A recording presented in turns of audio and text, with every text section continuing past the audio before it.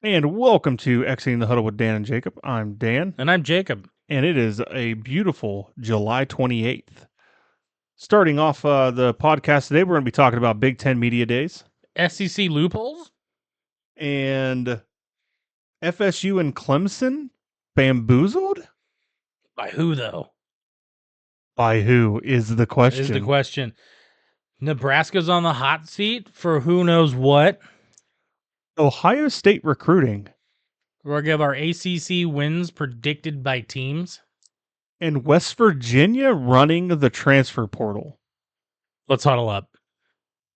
All right, so I don't know if you saw over the course of the last 7 or 8 days, the Big Ten Media Days. I haven't actually been keeping up with it, but I've seen some really funny moments, and I kind of wish we could play that. So yeah, I really wish we could too. Deshaun Foster, We're starting right off of UCLA. yeah, starting right off with UCLA. So Deshaun Foster had probably one of the most awkward interviews of all time. Didn't he forget his name? He forgot his name.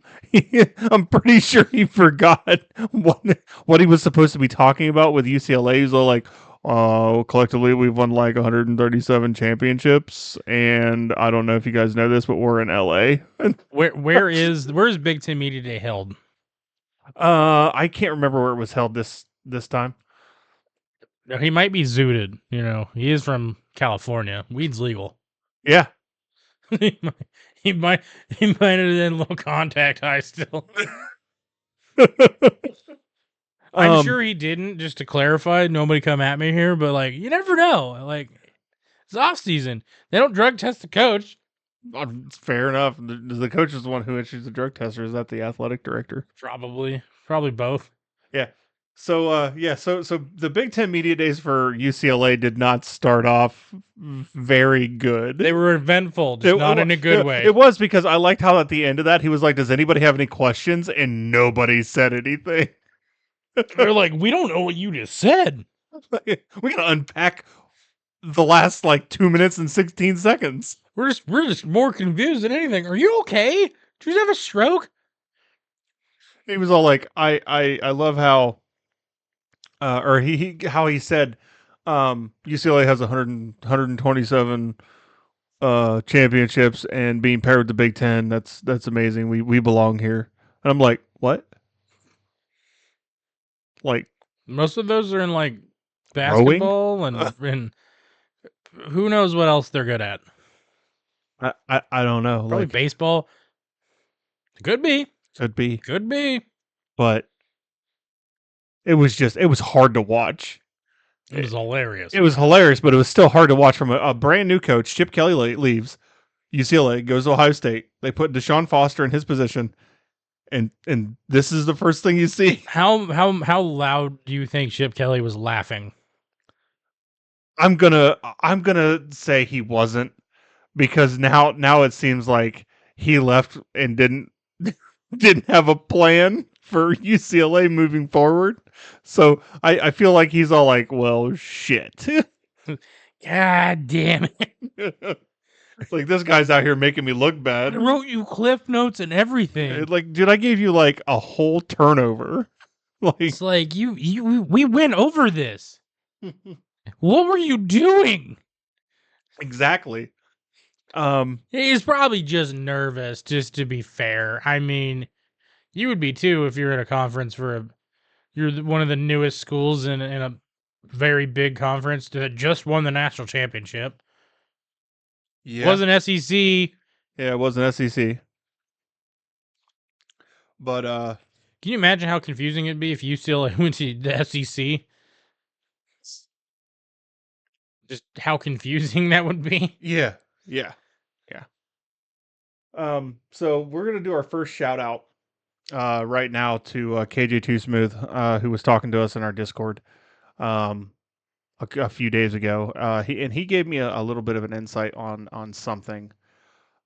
So there's a loophole in the SEC charter that says that any founding member is allowed to come back, no questions asked.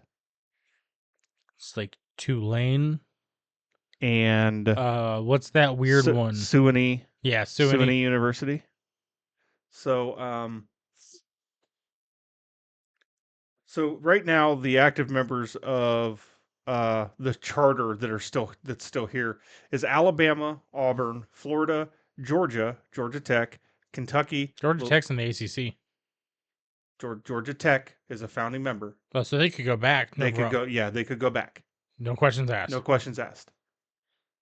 Kentucky, LSU, Mississippi, Mississippi State, Tennessee, Tulane, Vanderbilt, and SUNY. So those are the founding members of the SEC, which means that we could potentially see 3 members go to the SEC. So you have SUNY, Tulane, and Georgia Tech. This is a perfect segue to the other thing we're going to talk about. Yeah. You know, if Georgia Tech leaves, goes back to the SEC, no questions asked. I doubt SUNY would ever go back. I don't feel like they're a big enough school to do that. Anything's possible, though. No, but think about it. Revenue sharing. Revenue sharing. That's all this is about, is revenue sharing at this point. How much money can your school give me? So this kind of ties into something else we're talking about. You know, we said Clemson and Florida State have been bamboozled. Yeah. Who are they bamboozled by, Dan? Brett Yormark, the Big 12 commissioner, is probably the biggest genius of college football of all time. If not troll. He might be a troll. Oh, he might be a troll, but he also might be the biggest genius. I have it on good authority that he has been talking to Clemson and Florida State, and he was the one who got them to file the lawsuit against ACC. And to be fair, though, well, hold on. Go ahead. He wasn't even targeting Florida State or Clemson. Who was he targeting? He was targeting. Was it the teams that I've said would make sense in the Big 12? A lot of those teams. So the teams that he wants to get into the Big 12 include Louisville, Virginia Tech, NC State, and Miami. See, I think if they're going to go for it, I think they need to try to also get Duke and North Carolina. Because let's be realistic here. Like 4 of the last 6 national championships, excluding Connecticut, because they've won 2 in a row. Yeah. Like most of those have been in the Big 12. It was like 3 in a row that were Big 12. You had Baylor, KU, voided tournament, but if you would have went off of the old rules, it would have been KU because they were unanimous number 1. Now, I think it makes a lot of sense as a basketball conference. Words are hard. Primarily, there we go. I was struggling and I froze. It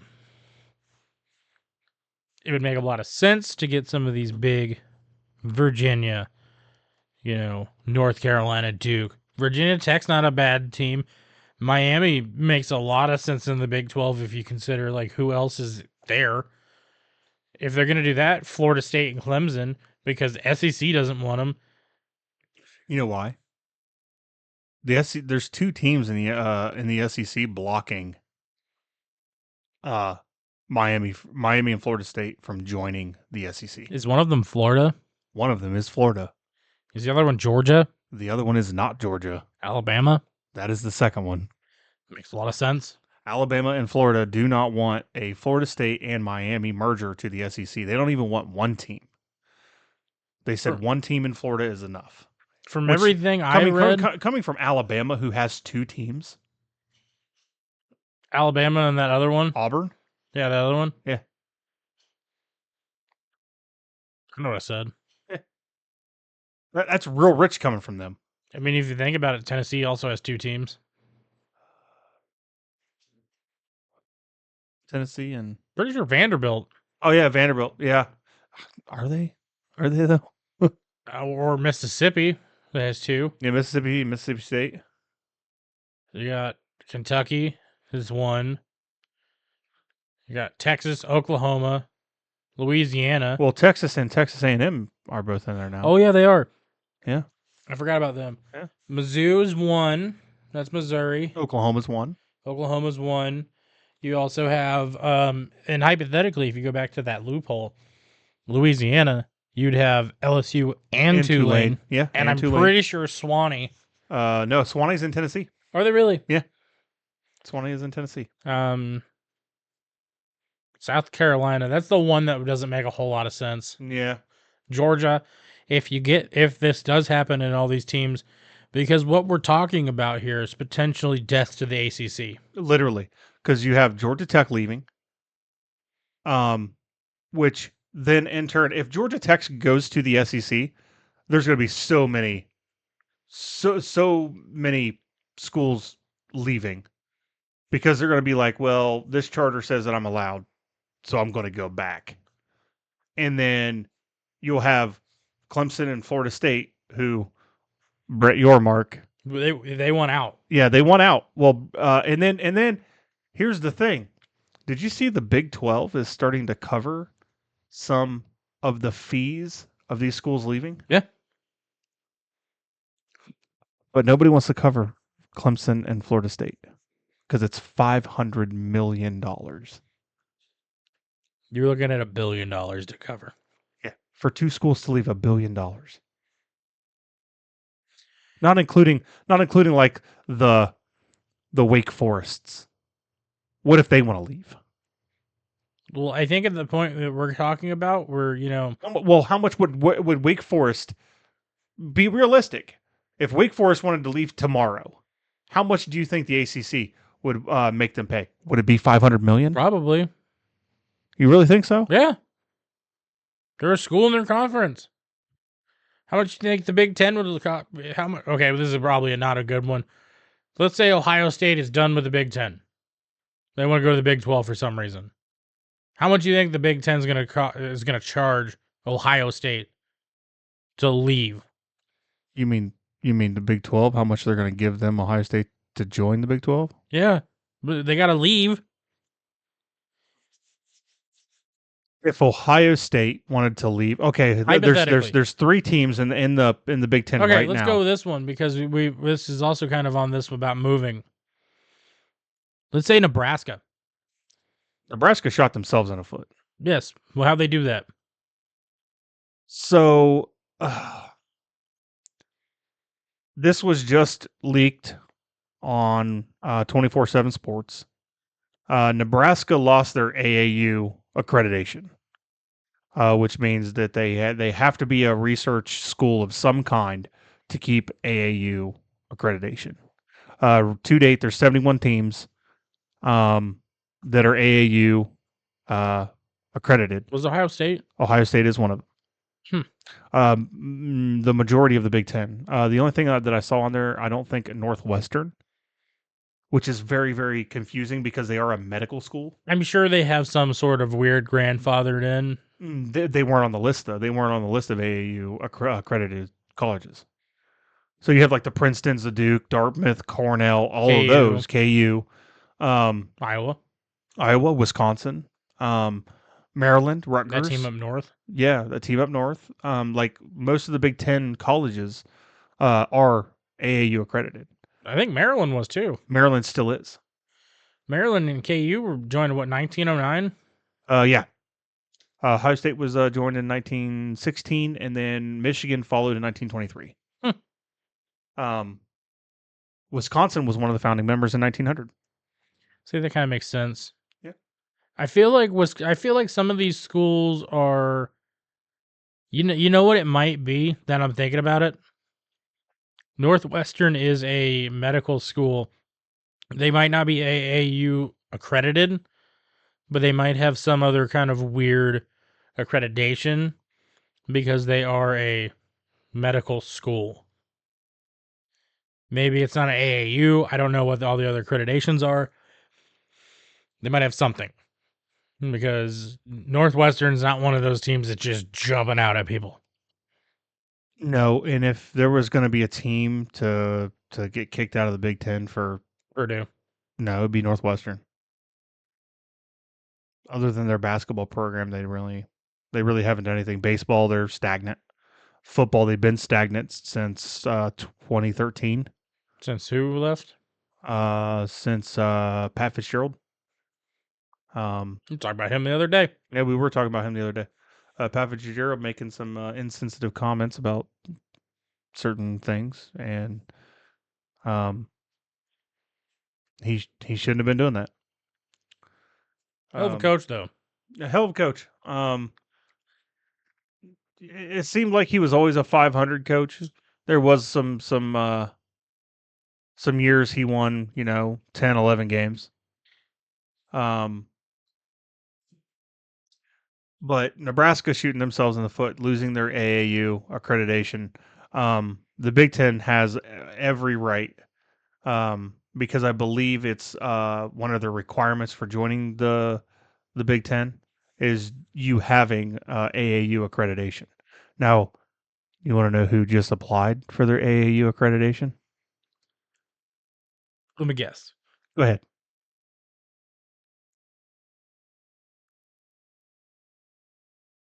Florida State? Ding ding. Now, AAU accreditation takes about 3 years to accomplish. So you apply, and then you do all of your research and stuff at your school, and then they go back over that research to make sure that you're providing the proper funding, and there's advancements, and not just you're pumping money into a research. So there has to be advancements. So that right there proves that Florida State wants to be in the Big Ten. If you want my honest opinion, I think if the ACC dies, so we're gonna do a quick my possible conference realignments. I think if Brett Yormark gets his way, I think he gets his 4 teams. I think he gets Miami, Virginia Tech, Virginia, and NC State.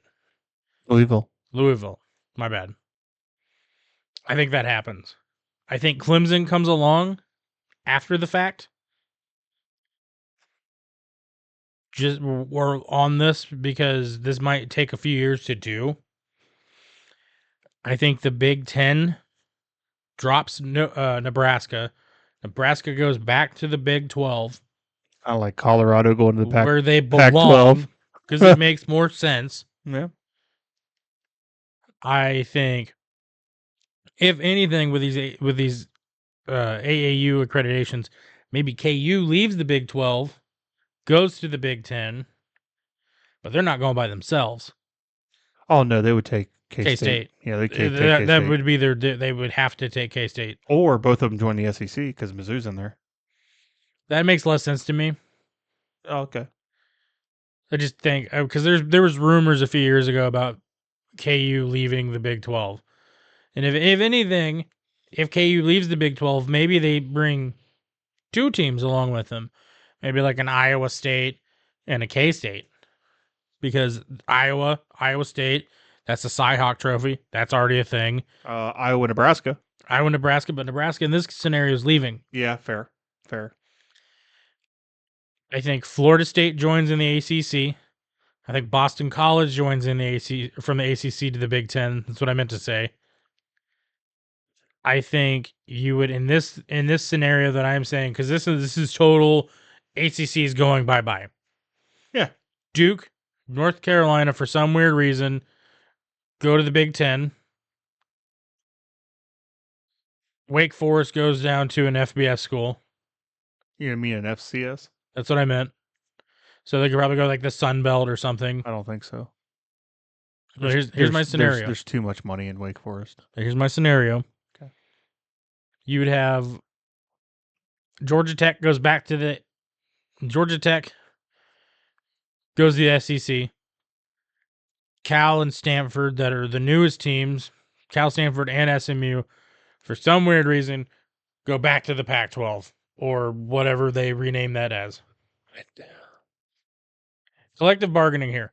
So another thing, a big issue with a lot of these teams wanting to leave the ACC is that the ACC's contract terms for these schools is until like 2036. It is a 12-year non-negotiable. You're stuck for 12 years. I don't know about you. That's too damn long. Yeah. I think every Considering the 3 to 4 years. considering the ACC champion was left out of the college football playoff last year. And they got blown up by Georgia, but they sound like everybody. Yeah, it's a statement. Yeah, everybody sat out, and Kirby Smart called it out after that game.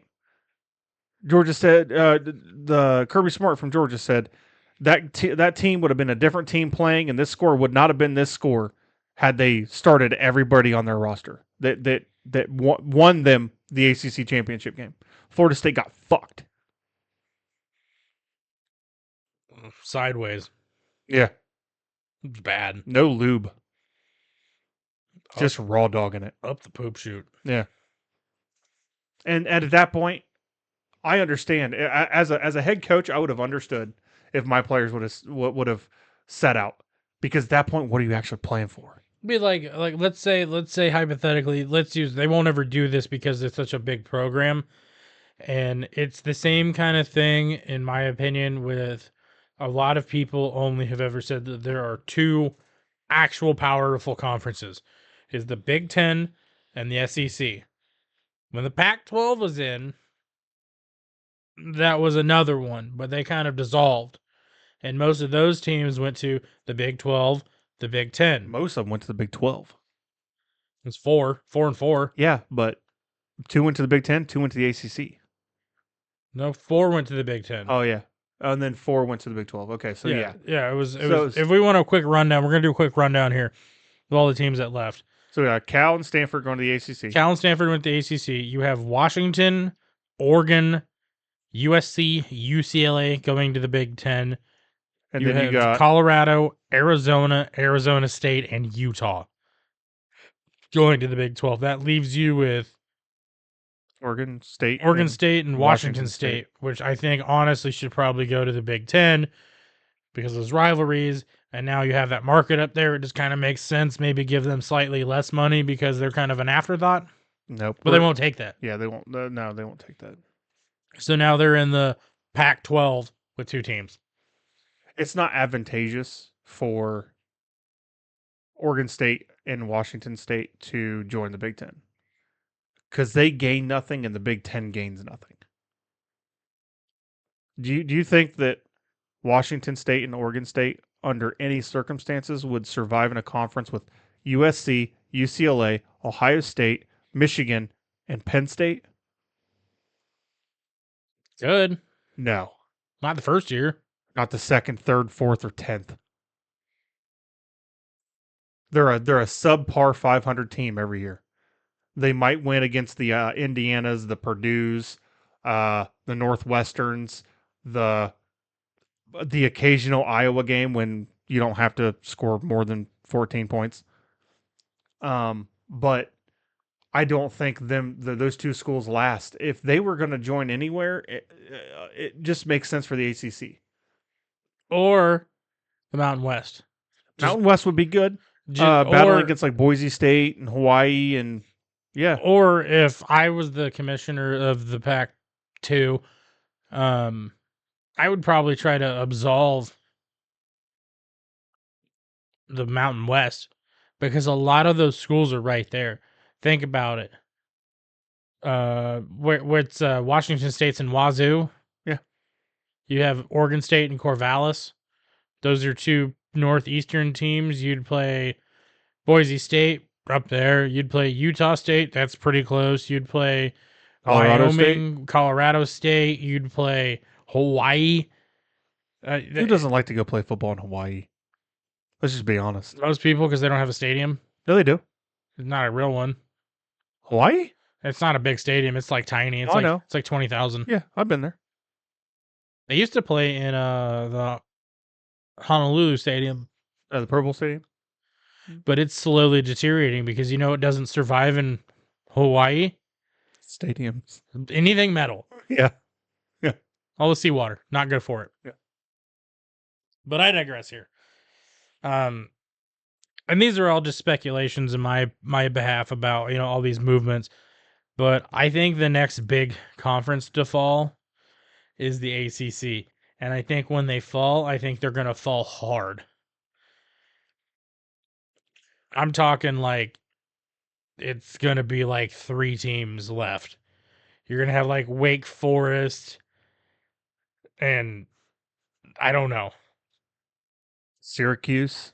No, I think Syracuse goes to the Big Ten too. Ugh. Yeah, I just think maybe why not get the New York market in there too? A Syracuse team goes. Well, I guess they already have Rutgers. That's close enough. If you'd have told me 15 years ago that no conference wanted to add Florida State and Clemson, I'd have called you crazy.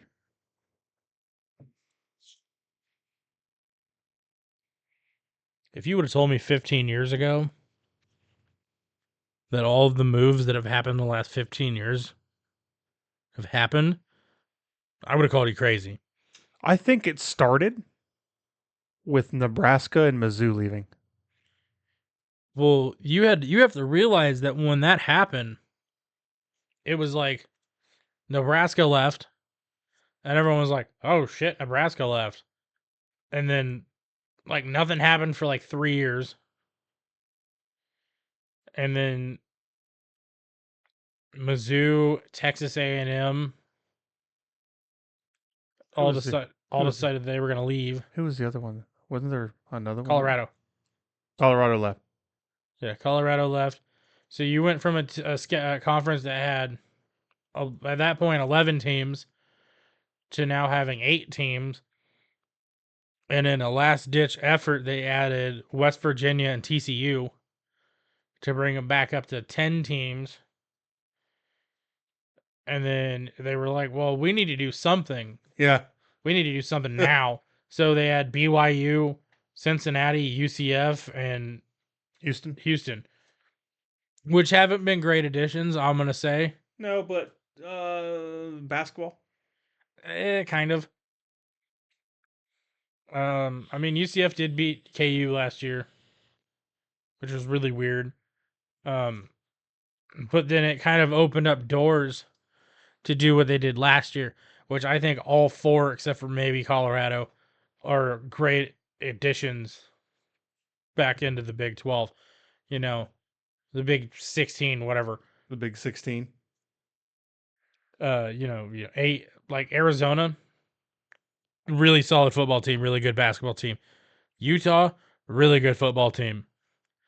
You got Arizona State, great party city. Arizona. I said Arizona, I thought. No, you said Arizona State. I said Arizona and Arizona State. I said Arizona State, or is Arizona first? I'm sorry.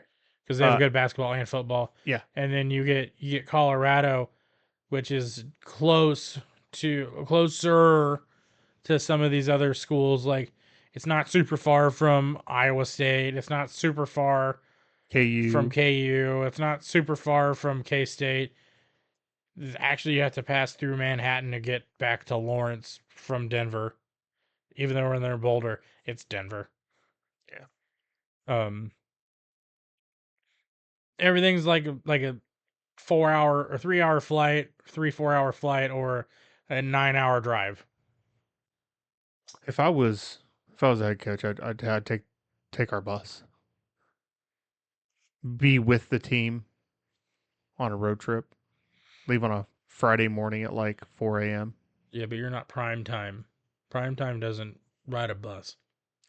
Prime time rides a bus if his athletic director tells him he rides a bus. And he bitches the entire way. Yeah, the entire way. Prima donna. Yeah, coach, not so prime anymore time. Yeah. Maybe 30 years ago. Coach Dion, not so prime time. Sanders. But what else did we have to cover? We got Ohio State recruiting up next. Oh, yeah. So, did you see the Ohio State took over number 1 recruiting spot for 2025? I did not. Yeah. So, Buckeyes come in 2025 recruiting class. The Buckeyes were previously the #1 rated class on every major recruiting website prior to several massive commitments for the Alabama Crimson Tide. And then they bumped the Buckeyes back to #2. And then they said that didn't last long. Hayes Fawcett of 0-3 um, announced that the Buckeyes have reclaimed the #1 recruiting class. The Buckeyes currently hold the commitments of 24 prospects, including 3 from 5-star recruits, 15 from 4-star recruits, and 6 from 3-star recruits. And that gives the Buckeyes a 94.054 total score for the 2025 class. That's insane. That is insane. That's insane. And when it comes down to it, the Alabama now falls back to #2 with 22 total commits at 93.985, and then third is LSU. LSU are #3, Georgia's #4, and Oregon remains at #5, despite Nike putting in $80 million of NIL money into their school. Nike. That's why they get all the cool jerseys, though. Yeah. It's probably why on College Football 25 you only have like 6 jerseys from Oregon, because they definitely could have like 400. It also does say that the no other Big Ten teams sit in the top 10 with the Buckeyes and the Ducks. However, 5 teams are ranked number 14, number 20, or between 14 and 20. The Wolverines I was gonna guess Michigan are currently sitting at 14. Then Penn State at 17, USC at 18, Washington at 19, and Rutgers has a top 20 recruiting class. I wonder what KU is on that list. I feel like probably not for 2025 because they don't have a lot of players leaving this year. No, they have a lot of players leaving. No. Their entire offense. Their offensive line is still intact. All their wide receivers, their running back, Jalen Daniels. I thought he was a junior. No, he's a senior. Okay. You have most of their secondary. Trust me, I had to rebuild them on College Football 25. You have like all 3 of their wide receivers, Luke Grimm, Lawrence Arnold, and then the other guy, I can't remember his name. I'm going to forget it.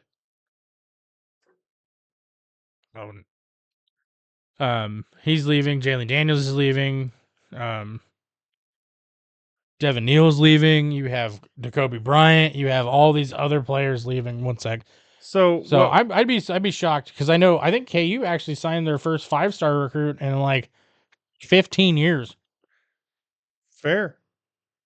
So it says star Ohio safety Trey McNutt pushed his commitment date back to August 3rd. So we'll find out on August 3rd where he's going to go.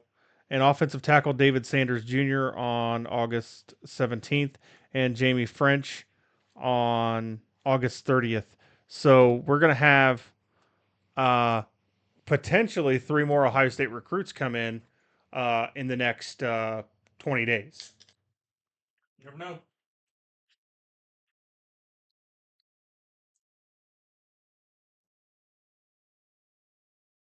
Now, another thing. They recently jumped into the mix for wide receiver Jerome Miles after he decommitted from Ole Miss. And that's somebody that Brian Hartline went after hard. I got one name of probably why they left. Quinshon Judkins? Yeah. Yeah. Now, I know that this was not on one of our topics for tonight, but I do want to talk about it because this has implications across all of college sports. So the NCAA has announced a plan to end equivalency scholarships. What's that? So on Friday, the NCAA and the Power 5 football conferences filed paperwork to begin the process of settling a 3-year antitrust lawsuit against them. It says, we're not going to get lost in the weeds on the details here, so I highly suggest that you go read both the NCAA's press release on the topic and the Yahoo Sports article. So we'll put that in the link after we upload the video. Or in the description. We'll link it in Yeah. the description. Link in the description. Or we'll comment it. Well, yeah. So it says the big things that to understand about this filing beyond the fact that this is not finalized until a judge in question accepts the settlement. And these are how it reads as follows. The NCAA owes damages to athletes relative to name, image, and likeness rights to a tune of $2.78 billion with a B. Are they trying to kill college football again? Like the sport, like the video game? No. Or is this thing back pay? Oh, okay. The NCAA is going to come up with this money, and you're about to shit your pants right here. You ready? Like you did earlier? Yeah. You ready? Yeah. The NCAA is going to come up with this money by withholding men's basketball tournament payouts for every conference, not just Power 5 football conferences. They were talking about basketball. But they're withholding the money from the basketball tournament. Like the NCAA tournament? That's going to piss Bill Self off. It says the Power 5 football schools will now be required to provide direct payments to athletes to the tune of up to 22% of the average Power 5 revenue income. So these schools like Ohio State, Alabama, Georgia, Florida, Michigan, these are not average schools. So those schools will only have to pay the average. But you're also looking at schools like, oh, I don't know, Wake Forest, Northwestern, Vanderbilt. They're going to have to pay over what they would have to do. No, because those schools will be setting the standard because they're average. Well, that'd be below average. I would assume average would be like 6 and 6. Like if you're in like 5-6 wins, Purdue, Indiana. Yeah, those would be an average team. If you're below average team, like Northwestern, Vanderbilt, like you win like 1 or 2 games a season if you're lucky. Maryland a few years ago, Rutgers a few years ago, KU 4 or 5 years ago, But you know what that does give you incentive to? Recruit the ever-living fuck out of people. That's where the next thing comes in. Because you think about it, and before you go back what you're going to say, let's say you are a Vanderbilt school. You're like, hey, you get paid more just to play here versus you get paid the exact same to go play at Alabama. We guarantee you starting time. Like, I can guarantee you start day one. That really puts a hindrance on every football program. Doesn't it make it more even? I think it does. Doesn't it make it more to where it makes it more competitive? It makes it a better product to watch? Yeah. Like, hypothetically, don't you get, I mean, as much as we like it, don't you get kind of tired of watching, like, oh, Alabama played Vanderbilt. They beat them 77-3. You know what I get sick and tired of seeing? Michigan. No. I get sick and tired of the SEC scheduling UMass, the Citadel. That's what I get tired of. Troy. But nothing against Troy fans, but you guys don't stand a chance against any SEC team. Maybe Vanderbilt. Any given Saturday. Yeah. I literally watched a video yesterday of your favorite game of all time, Appalachian State. 2006. And I watched them talk about, it was like all of the pregame, them going in. They're like, no one wants to see this game. We want to see, it was like West Virginia and Virginia Tech or something. It was like, those were 2 big schools at the time. They're like, nobody wants to see this. Chad Haney's going to rip these teams apart. Appalachian State has no reason to be playing in the big house. And they go in and they upset them, block that field goal at the very end of the game after they had already basically sealed the win. I wanted him to score. I wanted him to score too. But it was really satisfying after that Michigan player tackled the fuck out of that Appalachian State player, and then the Appalachian State player gets up and his own teammate tackles him again. Yeah, the guy who blocked the kick picked up the kick and ran it back. Yeah, it was awesome. Yeah, it was awesome. That's any given Saturday, any given Sunday, any given Wednesday if it's Maction. Thursday night, Friday night. Thursday night, Friday night. Apparently, there's going to be a lot of games this year. On Thursdays. Thursdays and Fridays. Yeah. Oklahoma has a Friday night game. So does Ohio State, I believe. I think, or maybe a Thursday game. I'll have to look at that schedule again, but I'm pretty sure one of the first games, Let me look. maybe the second one, is on a Thursday or a Friday, I thought. Because that happened last year. I'm going to do a quick look. There was a weird game on a Friday or a Thursday or something. Ohio State is not playing on a Saturday or play on a Friday. They don't? No. So in order of the schedule this year, Saturday, August 31st, it's a 2:30 game versus Akron. Saturday, the 7th of September is a 6:30 game. I should probably be here for that one. I have to leave early, but Western Michigan, 9:21 Marshall, 9:28 Michigan State. That's a Saturday. Saturday, October 5th, Iowa. Saturday, October 12th, Oregon. Saturday, October 26th, Nebraska. November 2nd, Saturday, Penn State. November 9th, a home game against Purdue. And then Saturday, 11/16, you go to Soldier Fields and play Northwestern.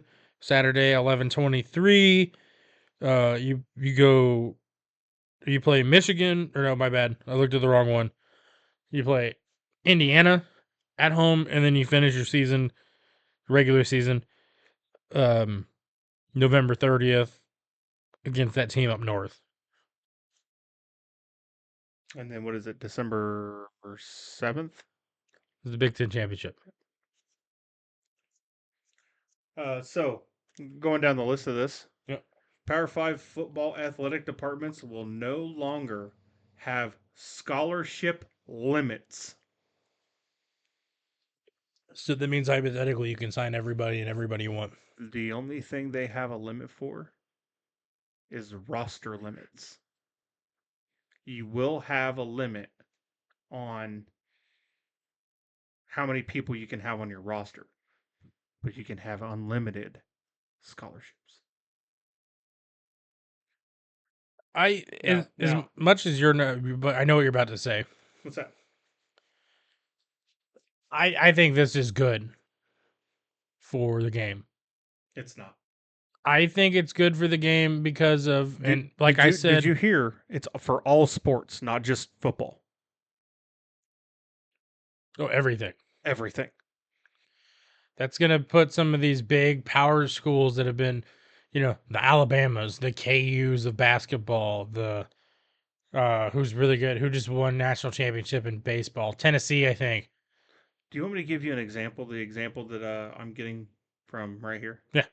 So it says the roster limit for men's basketball will be 15 players. Roster limit. That might sound like good news, as the scholarship limit has been 13 forever and ever. However, Marquette lists 19 players on their roster because they are full on scholarships for the 2024 and 2025 seasons and have 6 listed walk-ons. If Marquette moves to a revenue sharing system, 4 of those walk-ons would not be allowed to be on the roster anymore.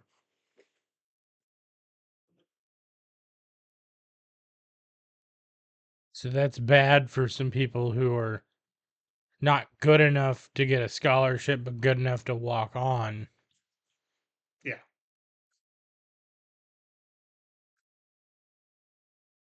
But hypothetically,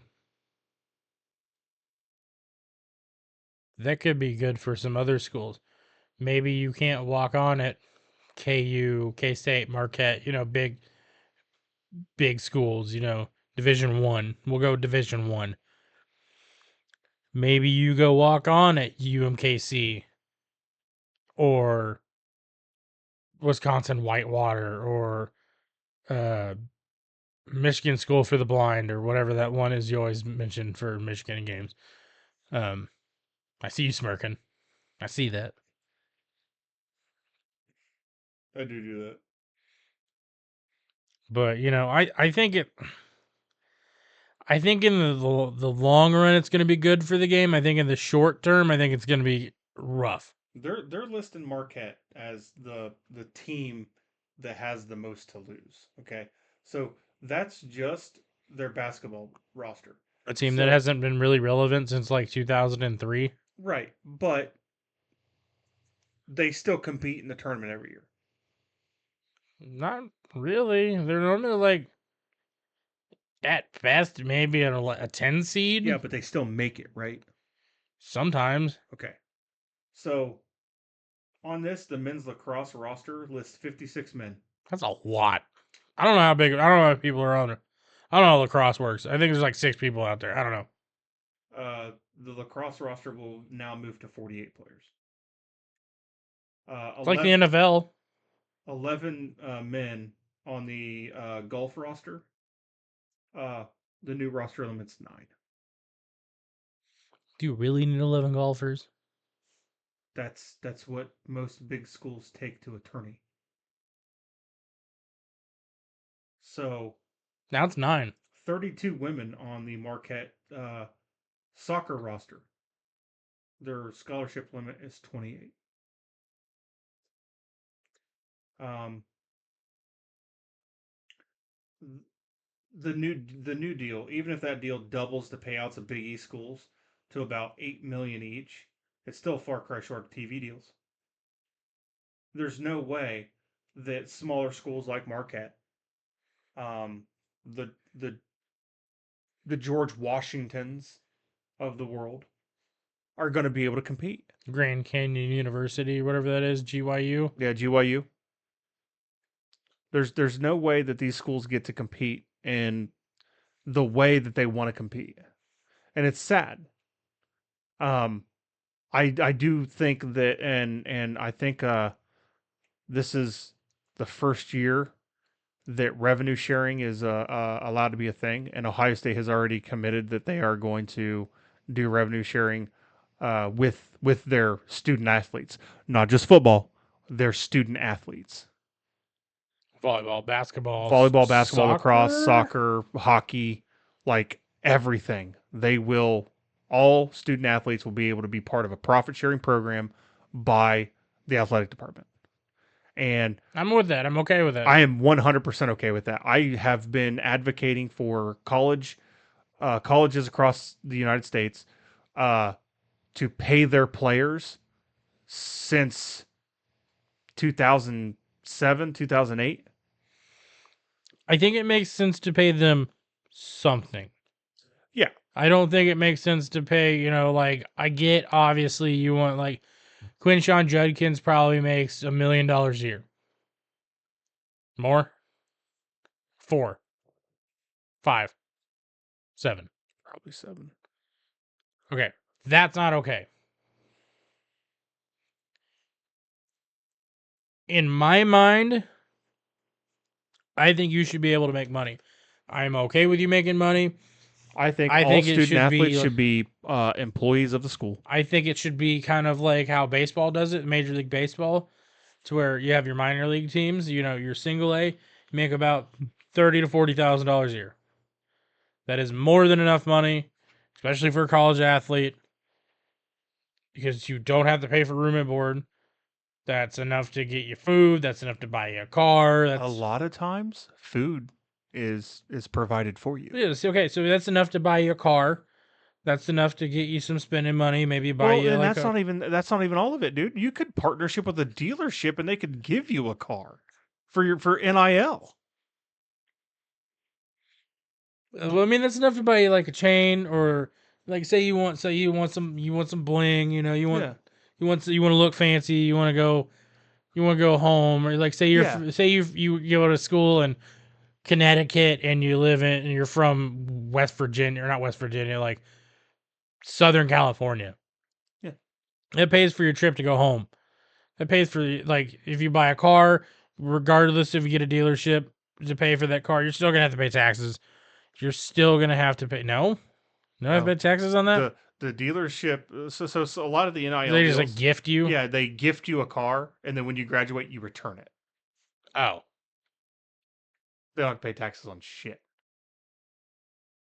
You're sponsoring. It's a deal with the dealership. Uh,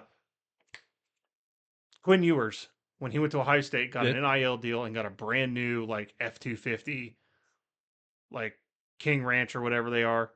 Like he got a nice big ass truck and said that you have it as long as you're a quarterback at Ohio State.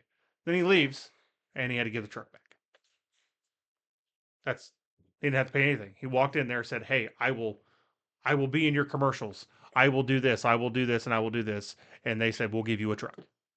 When you leave Ohio State, you give it back." but back to what I was kind of saying is, I think if they give you like, we can kind of use it in the minor league baseball system in tiers. So let's say you have AA, AAA, Major League. Your AA schools are like your Marquettes, your George Washington States, like maybe not James Madison. James Madison, maybe not like your like, because I think some of them would be a little weird. Like you have some of your HBCUs, would be a little different for the tier system because those are differently funded versus like a public school. I think a public school would be different than like a private school or like a Howard University. Howard University is a historically black college. Yeah. And like, so they would be in a different tier because that's a different kind of funding versus like Syracuse or I feel like I'm going off on a weird tangent and this is going to sound weird. Like Wichita State. We use Wichita State. Wichita State, AA. You go up a tier. Or maybe we'll go Wichita State AAA because they're pretty relevant in basketball. You go like a single A, like a single A would be like UMKC. That's basically a community college. Not a community college, but it's closer to a community college. Like a junior college. It's a junior college, yeah. Yeah. You have AAA. So let's say in this scenario, Vanderbilt. You know, they're not good, but they're not bad. They're getting there. And then you have Major League. So you have like Ohio State, Michigan, Georgia, you know, like all these big schools. And it works off in a tier system. So it's like, you know, you do like a league minimum. So let's say your single A schools, they get paid $15,000, $25,000 a year for a student athlete.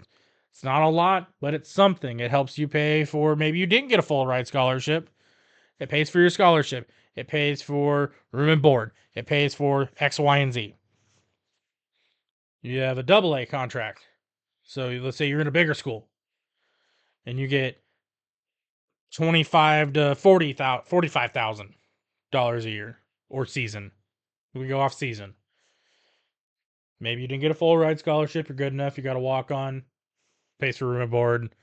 Pays for your scholarship. X, Y, and Z. Same thing. Like AAA. You get, let's say, $45,000 to $75,000. That's a good amount of money. Yeah. Maybe you won't go pro, but you could. Yeah. And that pays for, at this point, I would assume if you're making it at like a school that is this good, that you have some sort of full ride scholarship. So you probably have those NIL deals, even if they're little. Yeah, you get a truck, you get a car, you get a moped, whatever have you, X, Y, and Z. Socks, you know. But now you can pay for your Rolex if you want one. If you want to upgrade your vehicle, say the dealership gives you like a King Ranch or, you know, like a Chevy Malibu or something. And you're like, man, I really want to put a system in this. I want a sub. I want new speakers. I want headlights. I want the whole shebang. You pay for that. And then you're at the MLB level, because we're using baseball terms here.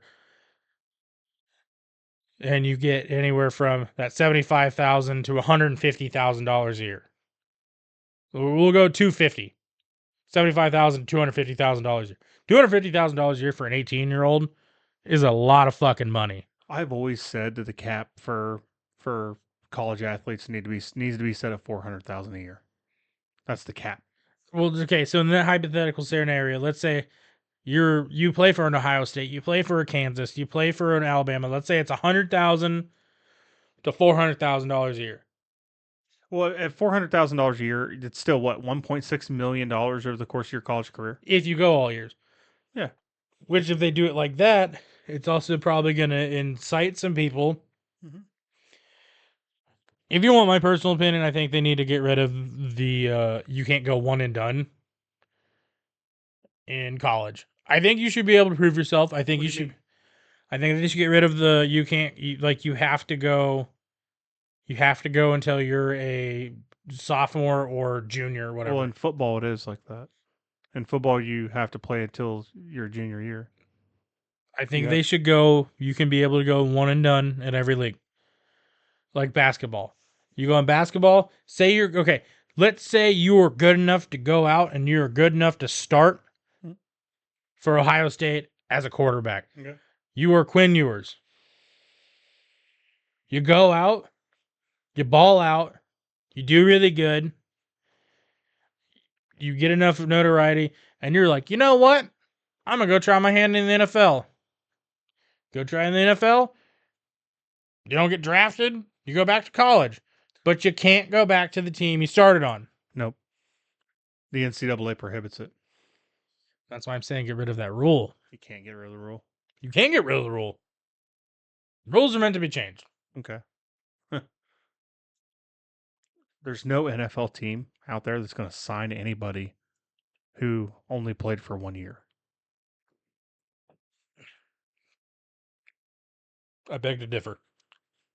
Prove me wrong. Who was recently drafted really high that only played realistically one full season of college football? Jade Daniels?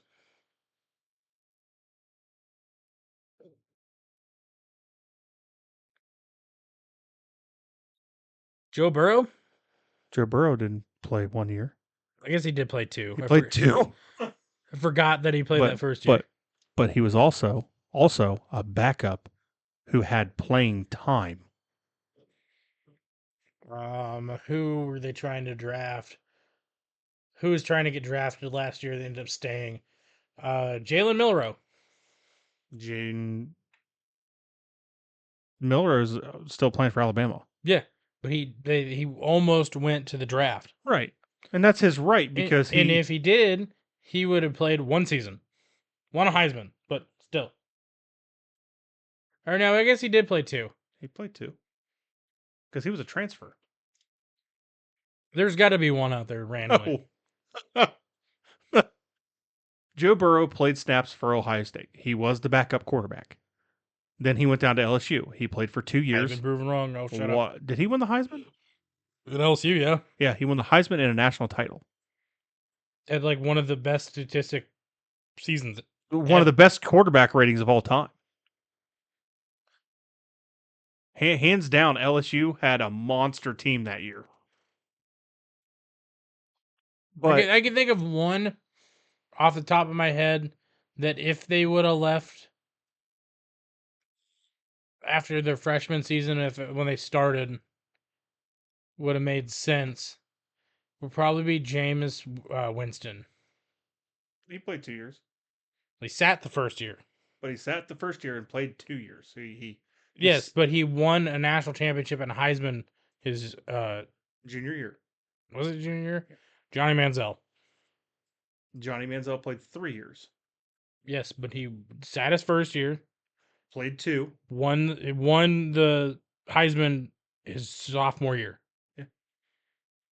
If he would have been able to declare for the draft, he would have. Where's Johnny Manziel now? Nobody knows. Because he sucked. Dude, sorry if you're watching this, Johnny Manziel, but you're terrible. It really wasn't you. It was you. Yeah. It wasn't you. It was you as you. It was you, but more of like a personality thing. But I hope that you've grown over the party boy thing because you went to Cleveland. You didn't really get dealt a good hand, to be fair. but you also didn't really try. Now, I'm gonna blow a hole straight through your theory. How many seasons did Caleb Williams play? Like 2. Gets drafted first overall. It'll probably fail. Was in practice and threw 7 straight interceptions and was put on the bench. And he played 2 seasons. Think he still deserves to be in the NFL? I think the Bears are shooting themselves in the foot right now because they went with a quarterback that they knew was terrible. They got rid of Justin Fields. When Fields, all he wanted them to do. Who a lot of Bears fans were very upset Oh, about. there was petitions trying to be signed to keep Justin Fields. He was the face of that franchise. And all you had to do was draft one good wide receiver. One. And you know who was on the board this year? Marvin Harrison Jr. I What will. was the Washington wide receiver? Rome Odunze, Rome Odunze? something Polk. Yeah. There's like 4. Insert wide receiver name here that was Marvin Harrison Jr. or went to the college football playoff or won the national championship.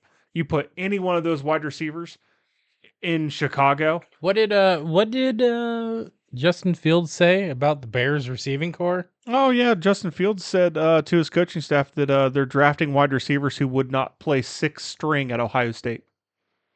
6th string. He probably got some flack for that. Oh, he probably did. But this is where quarterbacks need a little bit more headroom in the drafting process, because if the style of the wide receiver doesn't fit the style of the quarterback, you have issues, and you always will. Do you want to know what I learned earlier today? Playing Shoot. college football 25. Shoot. Do you know whose son plays for Northwestern? Pat Fitzgerald? No. NFL Hall of Famer. I don't know. Played for the Detroit Lions. Barry Sanders' son? No. Wide receiver. Calvin Johnson. Junior? Calvin Johnson II plays for Northwestern. He's a wide receiver. Wow, I did not know that. Yep, I found that out earlier. Okay, speaking of that, Transfer portal? we are going to do the transfer portal. And boy, is it a doozy. There's so many. We could start with we're only gonna do one team. Because I had this team finishing pretty low on the totem pole in the Big 12. Sorry, I got hiccups. West Virginia. West Virginia ran. Mountain Mama. Take me home. Pat Mahomes. So, from the transfer portal, West Virginia gets BYU quarterback Ryder Burton. I don't think they're starting. They get cornerback Dantes Fagan. They get wide receiver Justin Robinson. They get cornerback Kakura Turnu. Bless you. 2 cornerbacks from Northwestern. Garrett Hollis Jr. and Jaheim Joseph. They get a defensive lineman from Troy, TJ Jackson. They get an offensive tackle, Xavier Boosley. They get a wide receiver from Oklahoma State. Really? They got Jaden Bray. Then they got an edge rusher, Ty French. Then they got another cornerback, Aiden Garnes. Then they got another cornerback from Colorado State, They just take all the cornerbacks in the transfer T.J. portal. Crandall. Yeah, well, it sounds like it. There's like 6. And then they got linebacker Reed Carrico from Ohio State. That name doesn't sound familiar. They're probably a backup. Now, when you said you don't think that quarterback's going to start, Ryder Burton. Well, the starter for him, because I used a team that rebuild them, is Green. That's their starter. He might start next year, but not this year. They do have a lot of players leaving in the transfer portal. A lot of players, bud.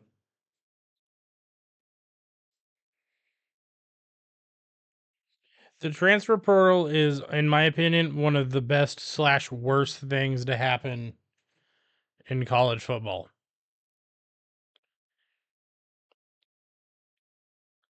You have people who are like, sometimes it makes sense in my mind to leave a school. Say, let's use Alabama as an instance. Say you get recruited by Nick Saban. You've played a season or 2 or 3 under Nick Saban. Nick Saban decides that he's going to retire. I think at that point, and I think we've talked about this on the podcast. At that point, I think you should be able to transfer and play the next season, no problem. What am I doing? Nothing. I think coaching changes, you should be able to transfer. No problem, no questions asked. I think if, let's say you're on the offensive side of the ball, let's say your offensive coordinator leaves, you should be able to transfer, no questions asked. Same thing with defense. Defensive coordinator leaves, you can transfer, no questions asked. Head coach. Head coach, I said that one. Yep. Some sort of coach. Not like linebacker coach, not a quarterback coach, none of that shit. But like big, like your main 3 coaches, and or if your athletic director gets fired, because that does happen, Or retires. or retires. Oh, like Gene Smith from Ohio State retired, and they picked up what's his name from Texas A&M. Gene Smith did not want to play the transfer portal game, and I think that's what cost Ohio State last year. Then this guy from Texas A&M comes up and says, "No, we're playing the transfer portal game," and then look what happened. Quinshon Judkins. Insert Julian Sayin. The center from Alabama. Like, hell, we got like 3 or 4 players from Alabama's offense. But again, it goes off of the thing of transfers have always been a thing in college football. Yeah, but you just had to sit out a year. Yes. I think that rule should come back. I think it should come back too. Unless it's unless you have one of these extenuating circumstances.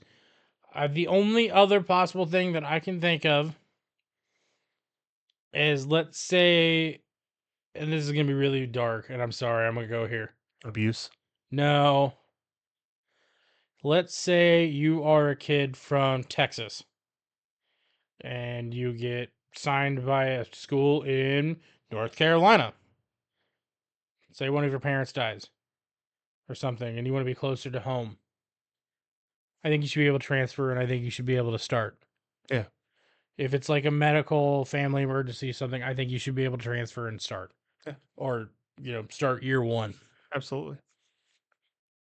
I don't think, the coach is being a dickhead to me and I can't deal with this. Unless there's like legitimate documented abuse. But in that point, that coach is probably going to be fired. Yeah. Which goes with rule 1. Losing a coordinator, you're gone. You can go. But it's like let's say Let's say Ryan Day decides that he is going to leave, but not till next year. Or Ryan Day was talking about, hey, I'm thinking about going to coach Northwestern for some weird reason. It's hypothetical. I'm just using a random school. Those are the first two I thought of. And let's say Quinshon Judkins is like, well, I really want to go play for Northwestern now because Ryan Day says he's going to go do it. So he enters the transfer portal. Ryan Day hasn't left yet.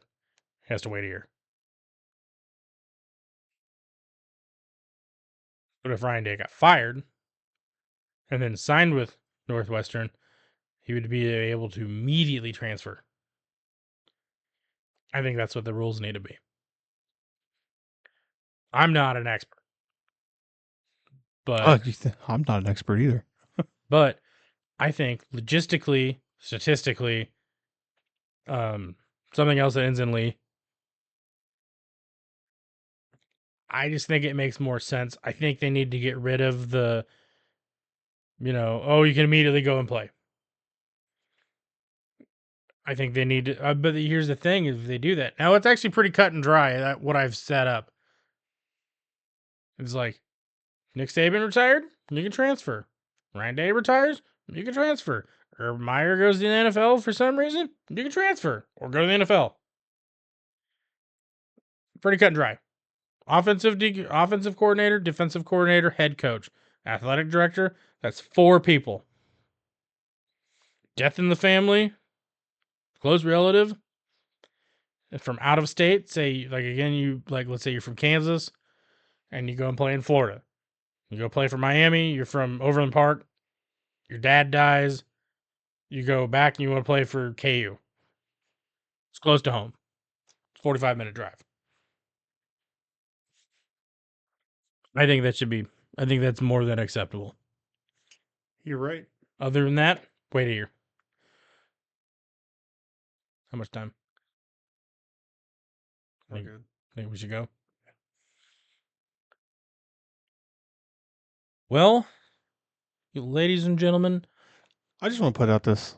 We had a lot of news this week. we had a lot of news. We were honestly scratching our heads going for what are we going to talk about on this podcast? Yeah. Because this close to the season, there's not a lot going on generally. And you would think that would be opposite because there's 4 more Saturdays until college football starts. 4 more beers. 4 more weeks. 4 more weeks. 4 more weeks.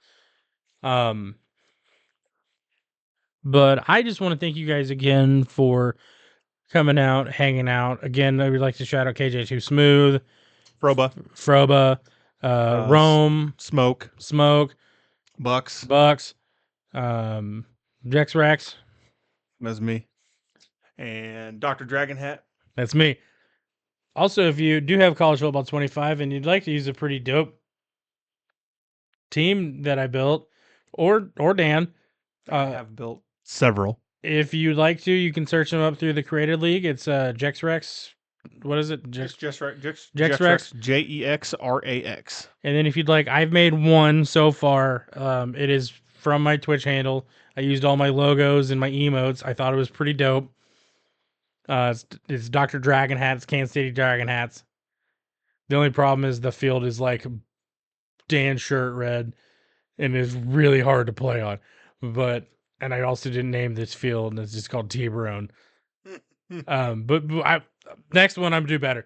But Steak Sauce KC _1. That's my gamer tag on PlayStation. But again, we would like to thank you guys for watching. If you like the video, please like it. If you'd like to subscribe, that is totally up to you, but it is free and it would mean a lot to us. Subscribe. We're going to leave some links in the description and or the pinned comment. We're going to pin some comments or some articles for this thing after this is uploaded. We have a link in the description to join the Discord. Once the college football season starts up, we're going to be doing a pick'em and a game of the week. I did talk to our league commissioner for the Fantrax League. Mm-hmm. That league should be set up this week. And as I know right now, the league is full as long as Rome, KJ, and Froba joined the Fantrax League. That will make 10 people. We can always do another league if anybody else would be Yes. interested. We can totally set up one. We do a pick'em league. The On Pick'em League is open to anybody. You can have 400 people in that league to pick. If you'd like to join the pick'em league, let us know. Get a hold of me or Dan. Probably Dan to be better because he has more connections with that. We will do a pick'em league and we will post our results every week. Once the season starts, we're going to have a college. We're going to have either one or two, maybe more. I'm not quite sure what we decided on this yet. It's going to be flying off the seam of my pants here. Of games of the week. You know, we want to hear your scores, your predictions. Please join the Discord because I don't think anybody has yet. I'm not asking, but if you want to, you can. But come on, join the Discord. It's free. Post your memes. Post your pets. Yeah, push your means, push your pets. Hell, push your food. Post your food. Got tattoos? We want to see tattoos. But that being said, my name's Jacob. My name's Dan. And we're exiting the huddle.